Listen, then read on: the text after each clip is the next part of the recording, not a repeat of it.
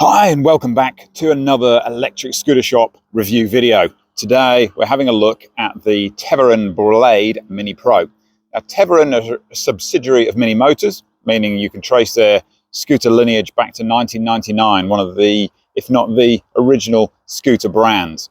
Teverun bring a value offering to the table, meaning you get a scooter packed with Mini Motors gear and equipment at a really sharp price. Currently doing these for $2,299, and in the compact twin motor category, that's extremely competitive. But what do you get for your money? Well, you do get a beautifully laid out scooter that's ergonomically extremely well suited to a range of body types. Now, I'm 6'2" and I'm a lanky bugger, and it fits me.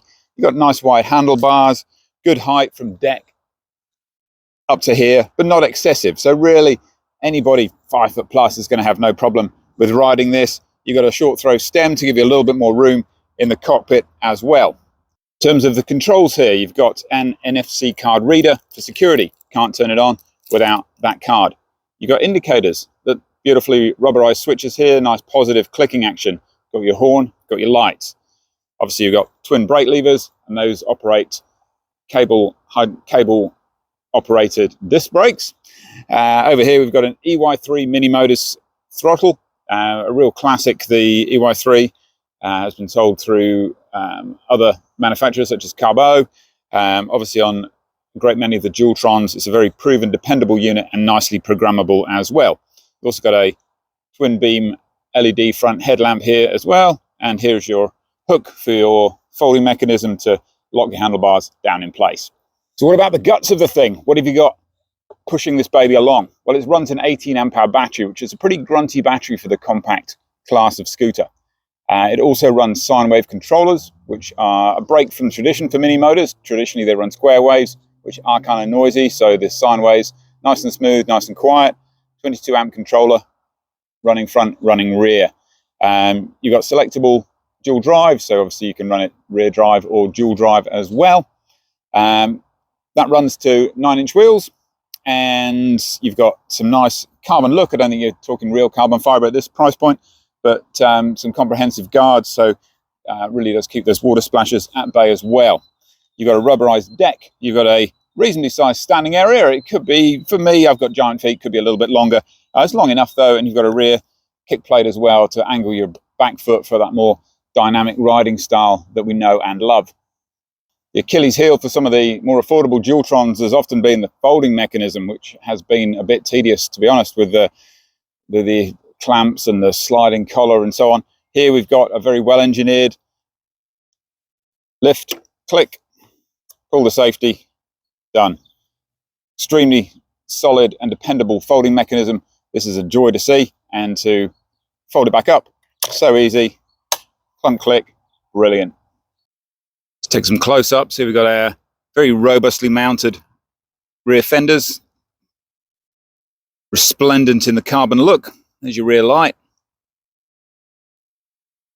You've got indicators built in down here. That textured rubberized deck, that's a nice touch. It's very sharp looking Teverun logos around the place. Close up on that folding mechanism. No forgetting who makes it and the name of the model. Textured and comfy grips. There's your NFC card reader. Let me bring that into focus, and Mini Motors EY3 throttle as well. Let's give it the acceleration test, see how quickly it gets off the line.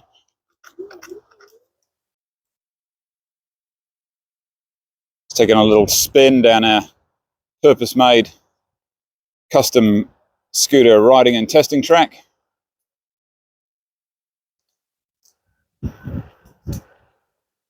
Corners nicely, nice and balanced.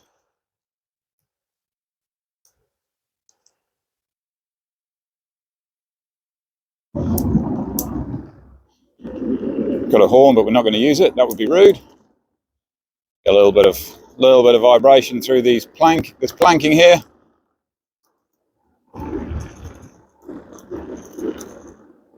What a perler of an Auckland day we've got to enjoy it as well. For pedestrians on the blind corner. Tuck it in around here. Nice.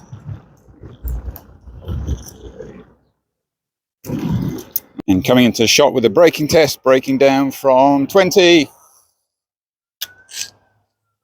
Pretty good stopping speed for a non-hydraulic brake scooter. Those cable discs are gripping nicely.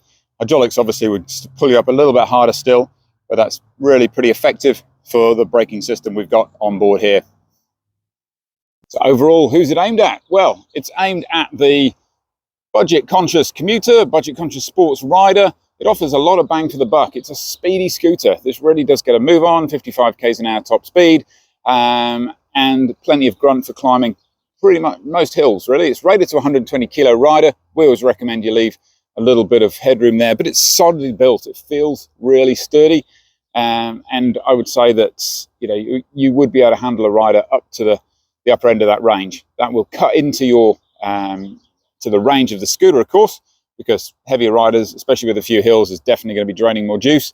That 18 ampere battery is not going to do the stated 70 k's the factory reckon it will do with a 120 kilo rider. Far from it. Obviously, range is always going to be a function of hills, rider weight, and how hard you're riding it as well. So I appreciate you watching the video. Do come and give the scooter a test ride. We've got one available on demonstration all the time. We're open 7 days a week at Electric Scooter Shop, 74 Barry's Point Road in Takapuna.